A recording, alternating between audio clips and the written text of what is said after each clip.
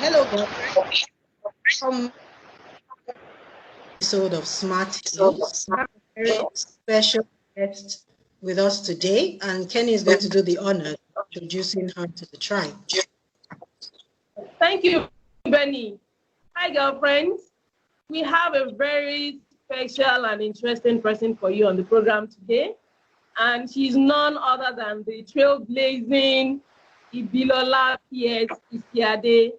She's a senior talent acquisition professional with vast experience working with multinationals across the globe. Ibilola, thank you for joining us on the program today. Thank you for having me. All right, Ibilola. So let's go right into it. So can you tell us how your career has been in HR so far? Okay, so I started my career with Careers Nigeria. At the time, Careers Nigeria was the first online portal at that time. So there was no Jobberman, there was no all these job portals. So Careers Nigeria was the first online portal, and that's how I started my career. That's how I got inducted into recruitment, talent management, and all of that.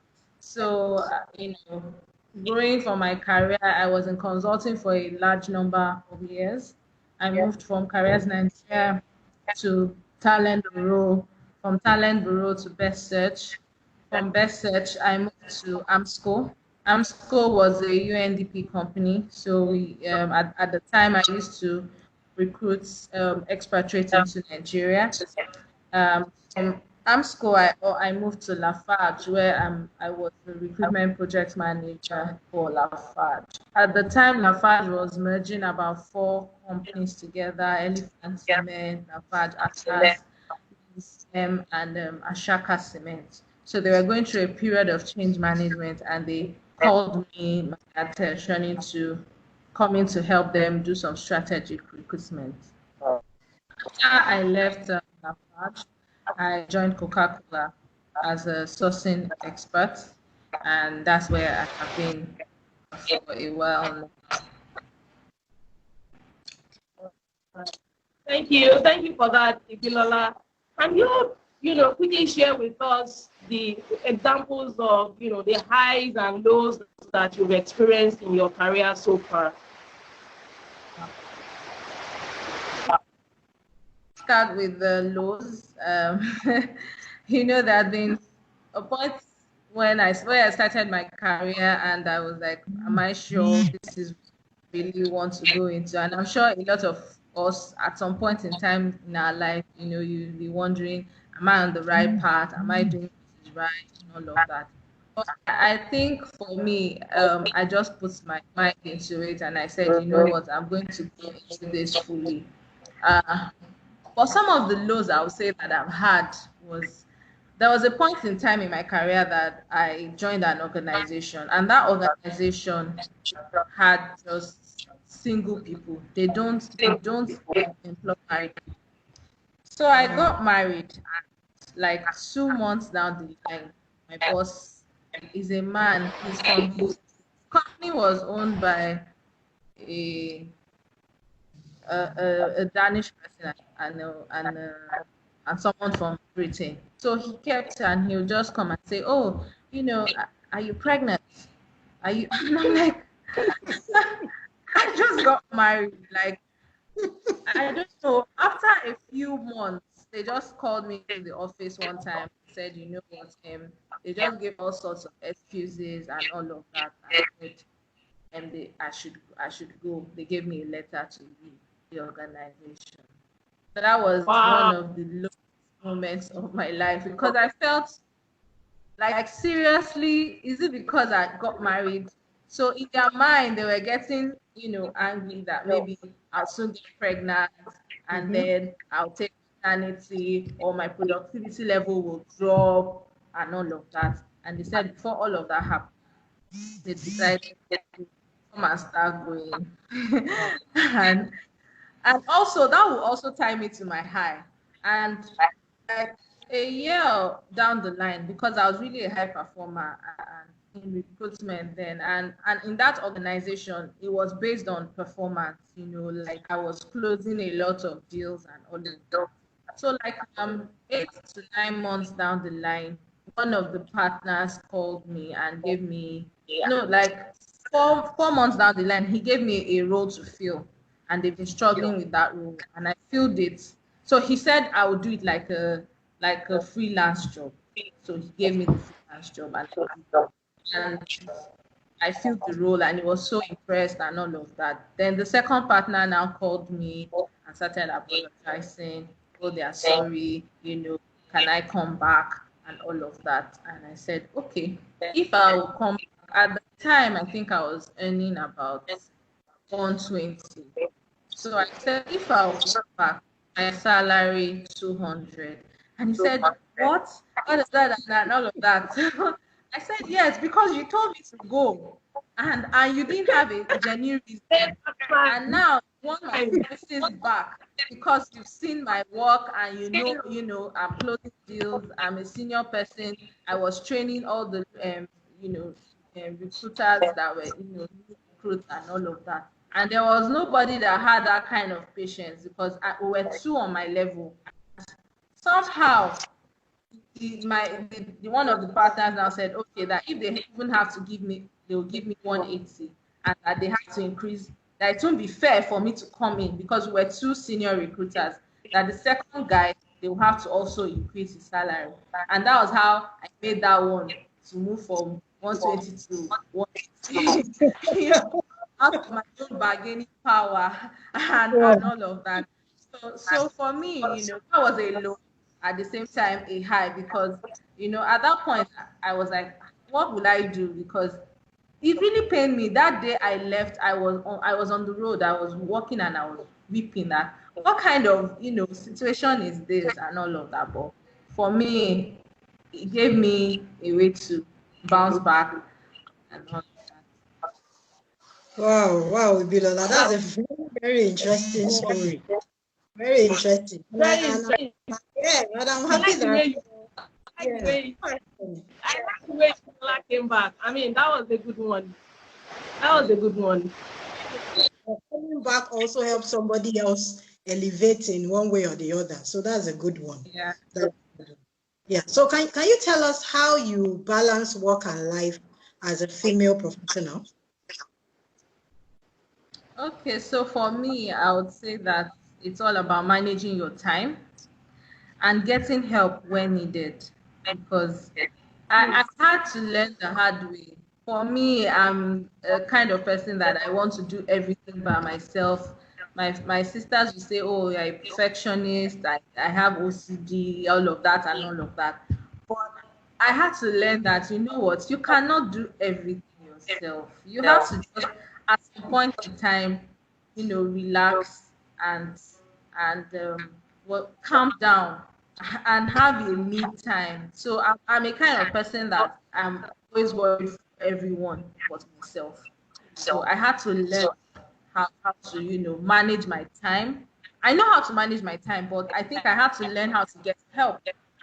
So to like, okay, who will help me with the house chores? You've done from morning till night, you come back.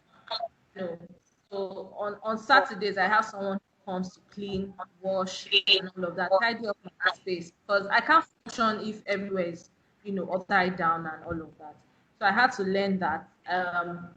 I can cook the whole world, but I don't like going to the market. So I had to see, okay, how can I do it? My office there, I think they had someone who they used to send to buy stuff in the office. So I'll just give the person money, please help me shop on a Friday. So on Saturday, when the woman that comes to clean is around, I will just all the foil with everything. I'll just tell her, oh yeah, clock it, do this while I'm cooking my food and stocking up. So it's all about managing that time and knowing how to function, how to get help, people that would come to your rescue. Because as a career woman, trust me, when you start having kids and you have your hobby, you have your home to take care of, you need to get help. And a friend of mine would like, you like stress. She would say, she orders for soup, she does this, she does that. I'm like, okay, do what works for you. Know what works for you and do what works for you, basically. So, and for me, that's what has worked about it. Getting help when needed, knowing how to manage your time, and knowing what works for you and your family. If you have friends, if you have family that can support, like for some people, I have a colleague that her mom stays with her and helps her with the children while she does every other thing and have a nanny. So it depends on what works for you as an individual or as a family, as a woman. Some people say, oh, I can't have a maid. Some people say, oh, and all of that. So whatever works for you, plan it, align it with your family vision and all of that, and you'll be fine. Thank you so much. Thank you for that. So, Ibilola, I've been following you for a while. I mean, and I must say that, I'm impressed with your achievements within the HR space and all of that. But, over the course of my career as well, I've come to realize that, hey, we can be more than, what we currently are. It's a journey of self-discovery. So if you're not doing talent acquisition, what would Ibilola be doing? Okay, that's pretty very straightforward, because for me, I always wanted to be a journalist. I wanted to be a newscaster. Right from when I was growing up, my mom said I used to pick up the newspapers and I would just sit down and start reading, like I'm reading the news and all of that. So I've always had this dream of being a TV host or TV presenter, or being in the media space, the journalism, like I love traveling, so I love, like, all this journalism that takes you to different parts of the world, and you say, oh, I'm covering this food, or I'm covering. I don't know if you know this NTA, Goje Africa, and all of this, that they usually show like food and all of that. This was way back in the days, and then my dream was to be like a CNN reporter and all of that. So if I wasn't doing recruitment, I'll probably be, a TV host, journalist, something close to it. The second thing I also wanted to be was an ambassador, because I studied international relations and politics. So I wanted to, my future goal is to be an ambassador of Nigeria to the United States or something. So that's always been my basic. Yeah. Yeah. Thank you for that. That's a good. Yeah. Yes, and we encourage you at HR Girlfriends Tribe to work towards actualizing that dream. Yes, because once you put your mind to it, we believe once you put your mind to anything, there's nothing you cannot achieve. So we'll be rooting for you, Ibilola. Okay. My eyes are on you. Yes. So finally, Ibilola, what would be your advice to budding and aspiring female HR professionals out there? Okay, my advice to them would be that they should focus, because I see a lot of people today, they studied maybe accounting or something, and because they just heard that HR is the in thing, they came into HR. Is that what you know what you want? Have a short-term goal, a long-term goal, and all of that. Put it into writing. Know what you want and follow your dreams. That's number one. Number two, a lot of millennials or Gen Zs right now, they need to be patient, very patient, because they just want to wake up and be a CEO, or wake up and be, at the top of their career. It doesn't work like that. Some people are lucky to start there. While we're growing up, some people, it will take you like 2 years to get a job. Some people, they get it immediately after school. They're even into oil, and maybe they got, a job in oil and gas or in the banking, as at the time we were growing up, So at that time, that was what was happening. But right now, you need to be patient. You need to follow the ropes. You need to build the foundation. You need to build the foundation, because once you build, your foundation is strong enough, you've learned, you've equipped yourself, it will take you far. And that's my advice to young people coming up. Don't be in a rush, because when you rush in, you might miss out a few steps that would help you climb up the ladder. Thank you for that so much. wonderful advice. It's been an awesome time with you.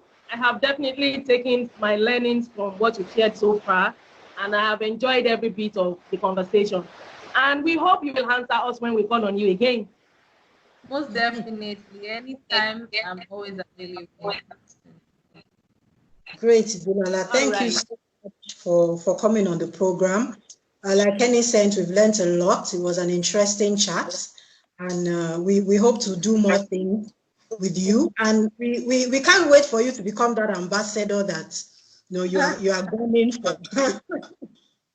So, girlfriends, there you have it.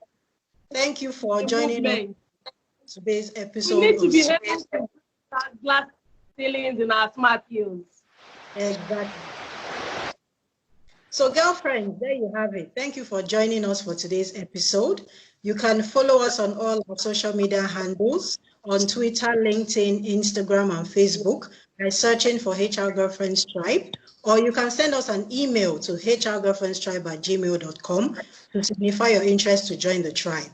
Thank you so much. And remember, we are HR Girlfriends Tribe. We learn, measure, and Bye. thank you, Ibilola.